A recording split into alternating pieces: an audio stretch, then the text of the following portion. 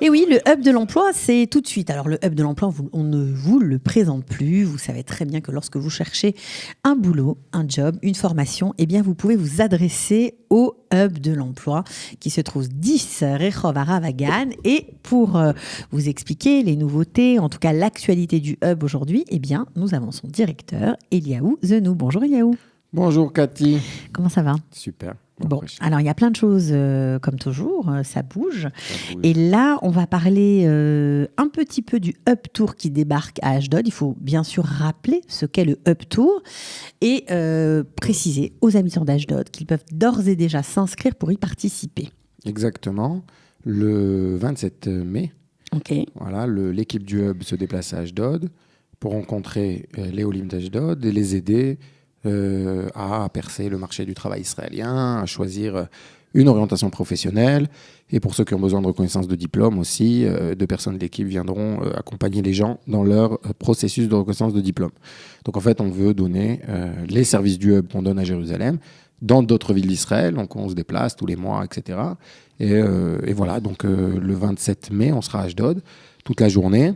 Enfin, bien entendu, c'est sur rendez-vous, puisqu'on veut prendre du temps avec les gens et on ne veut pas qu'il y ait des embouteillages, disons.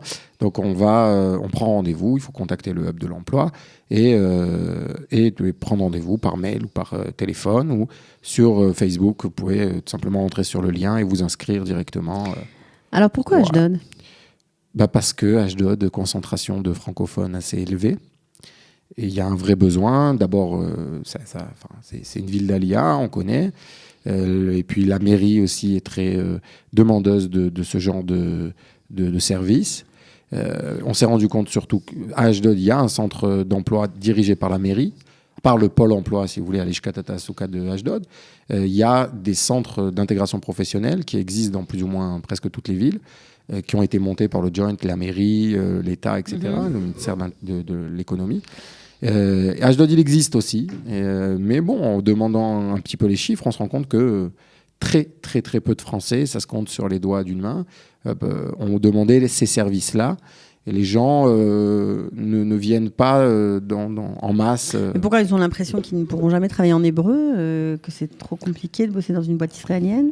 Je pense que dans un premier temps, les gens ont besoin d'un interlocuteur qui les comprenne, C'est ça. qui comprenne leur cursus, leur profil, leur diplôme, leurs difficultés d'intégration. Il n'y a pas que des boulots pour diplômés, il faut préciser. Au Web aussi, Non. il y a de tout. Il y a de tout. Ok. Il y a de tout. On peut travailler aussi à l'usine, on peut faire toutes sortes de travail dans des boîtes israéliennes. Exactement. Mais à part le placement direct, le Hub a surtout vocation de rendre les gens indépendants dans leur recherche d'emploi, en venant, leur donnant certains conseils, leur donnant une perspective d'intégration professionnelle en fonction de leur cursus, de ce qu'ils aiment faire. C'est beaucoup de conseils, beaucoup de tipping, beaucoup De trucs. de trucs qui leur permet, avec ces petits trucs-là, de percer, tout simplement. Leur donner aussi confiance. Et des fois, de les rediriger parce qu'ils ne sont pas dans la bonne voie. C'est-à-dire, des fois, on s'entête à vouloir faire quelque chose. Et en venant et en leur montrant la situation économique du pays, en leur disant, dans ce domaine, laisse tomber, tu n'auras pas de possibilité de travailler. Il faut vraiment un hébreu parfait. Le diplôme ne correspond pas. Enfin, il y a des fois, on redirige les gens vers quelque chose qui convient mieux, ou bien ils n'ont pas eu l'idée de tel et tel job ou tel domaine, et ils ressortent avec des fois une autre piste. Donc il y a un peu de tout, on n'a pas de solution magique. Donc on avance avec les candidats et on essaie de les conseiller au mieux. Bien entendu, on ne prend jamais de décision pour les gens, mais on pose les questions. On pose les bonnes questions. C'est un petit peu du coaching. Et ça fait avancer. Ça fait avancer. C'est surtout ça le Donc ça, ce sera le 27 mai à Ashdod. Franchement, si vous êtes d'Ashdod, ne ratez pas. C'est une occasion quand même importante d'essayer de briser le cercle vicieux de la recherche du travail et vraiment de rentrer dans le marché du travail et de trouver un job, en tout cas d'avoir les bons outils pour ça. Alors ça, c'est un. Maintenant, il y a un autre pan on va dire, des capacités ou en tout cas du travail du Hub à Jérusalem et partout ailleurs dans le pays. Vous faites des formations. Oui. Alors en général avec la mairie qui vous soutient, qui vous aide et qui finance aussi avec Qualita les formations. Quelle est la formation qui vous semble le plus trendy que vous allez proposer, le plus dans le coup ou répondant vraiment a un besoin? Alors d'abord, je veux faire la distinction entre 2 sortes de formations. Des formations diplômantes, professionnelles, et ça, on fait moins. On aide par contre les centres de formation à publier, à faire savoir leur... C'est important de le dire parce qu'on entend souvent, oui, le hub de l'emploi, il y a des formations. Donc on ne fait pas des formations à proprement parler diplômantes parce que c'est quelque chose de très spécifique.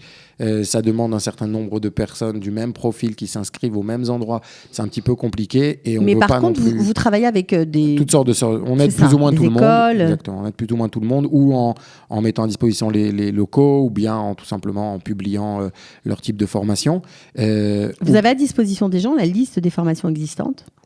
Alors d'abord, il y a des milliers de formations en hébreu, disons. Donc cette liste-là existe sur le ministère du Travail. On les aide à chercher. Donc, on aide les candidats à y arriver à choisir aussi, etc. Bon, la liste des formations en français, elle est assez limitée. Donc ça, oui, on a la liste de toutes les formations qui existent. Il n'y en a pas beaucoup. Il n'y a pas dans tous les domaines, bien entendu. Et dans certains cas aussi, c'est normal qu'il n'y en ait pas parce que si vous travaillez en Israël, vous allez vous ouvrir au marché du travail israélien. Très souvent, dans beaucoup de métiers, il faut apprendre en hébreu. Donc, il faut aller vers des formations en hébreu. Dans certains cas, la formation en français peut faire l'affaire. Et donc, c'est très bien si elle existe. Donc ça, ce sont pour les formations. À ce titre-là, nous organisons aussi un salon des formations le 17 juin avec la mairie de Tel Aviv. Donc à Tel Aviv, où on fait venir la plupart des formations, en tout cas le panel. Ouais. Ça veut dire quoi? Je vais apprendre la cuisine, je vais apprendre... La cuisine, la pâtisserie, le codage informatique, le community manager, exactement. Voilà. Un petit peu tout ce qui peut correspondre un petit peu aux francophones. On ne fait pas venir que les francophones, on fait venir aussi des grands établissements israéliens, le tout pour donner une information la plus complète. Générale. Voilà, et donner le choix aux gens. Bien entendu, on ne peut pas faire venir tout le monde, il y en a des centaines en Israël. Donc on fait venir les plus grands et ceux qui correspondent le plus. D'accord ? On va pas, aux demandes. Ouais, aux demandes et au profil surtout des francophones. Bon, alors on dit souvent aussi que les Français, alors certes, ils ne sont pas toujours au point au niveau de l'hébreu, ils ont quelques difficultés, etc. Mais c'est des fonceurs et ils ont un tempérament d'entrepreneur. Est-ce que vous organisez quelque chose pour eux, pour les aider à mieux entreprendre en Israël ? Alors c'est vrai de dire que les Français ont beaucoup, en tout cas, d'entre eux ont un tempérament d'entrepreneur, en tout cas, ont la fibre de l'entrepreneuriat. D'abord parce que beaucoup l'ont fait en France. Oui, bien sûr. On a ouvert beaucoup d'entreprises, etc., des petites, des moyennes, des grandes. Et donc, ils sont amenés très souvent à le faire en Israël. À part ça, le fait de faire son alia, c'est un projet en soi. C'est une entreprise en soi. Et ça montre aussi un certain courage, ça montre aussi un certain savoir-faire au niveau de l'organisation, au niveau de changer de domaine, au niveau... C'est aussi... Ça touche pas mal à l'entrepreneuriat et souvent on a des Français qui arrivent en Israël qui disent c'est la première chose qu'ils veulent faire, c'est je vais ouvrir quelque chose. Donc cette réflexion, elle est pas fausse. Souvent, les gens disent moi, je pourrais pas travailler dans une boîte israélienne parce que 1, 2, 3, 4, c'est pas au niveau culturel, c'est pas ça, j'accroche pas ou je ne sais pas quoi, ou mon hébreu pas suffisant, etc. Je vais ouvrir mon job, je veux être mon propre patron. Donc tout ça, c'est très bien. Mais si on le fait pas accompagner, on l'a dit plusieurs fois à ce micro, il y a de gros risques. On ne dit pas que c'est impossible, il y a énormément d'entrepreneurs en Israël. Tout simplement, il y a des lois à connaître, il y a des processus à connaître, il y a des règles à connaître, il y a beaucoup de choses. Il faut surtout s'adapter au marché. Alors bien entendu, il y a tout le côté administratif qui est différent. Alors qu'est-ce que vous faites pour ça ? Vous faites quelque chose ou pas ? Vous avez organisé une formation je ne sais pas. Alors d'abord, on organise bien entendu... suite à ce constat, la troisième session de formation d'entrepreneuriat qui aura lieu au Hub de l'Emploi à Jérusalem, mi-juin. D'accord, la date se ferme aujourd'hui. On peut déjà s'inscrire ou pas encore ? À partir d'aujourd'hui, on publiera le lien d'inscription et les dates exactes, mais c'est entre le 10 et le 17 juin. D'accord. On va commencer une session de formation. C'est une formation très large, c'est-à-dire qu'on touche plus ou moins à tous les sujets que le nouvel entrepreneur auquel il va être confronté. Alors quoi, le marketing, l'expert comptable, le business plan, la gestion d'entreprise, les demandes de financement, le contact avec les banques, les préexistants, les différences avec la France, comment gérer les fournisseurs, les clients, comment faire son étude de marché. D'accord. On vient toucher un petit peu à tout. Et alors, il y a tout ce qui est théorique, bien entendu, qu'il faut comprendre, etc. Et il y a aussi beaucoup de choses qui sont de l'ordre de l'adaptation culturelle. Combien de rencontres ? 11. 11 rencontres ? 11. Et c'est financé par qui ? Par Qualita ? Par le MATI ? Par quoi ? C'est un matching. Comme d'habitude, on essaye toujours de faire venir des partenaires. Donc, c'est la mairie de Jérusalem, MATI et Qualita, ensemble, qui décident de monter cette formation. Je voulais la faire avant.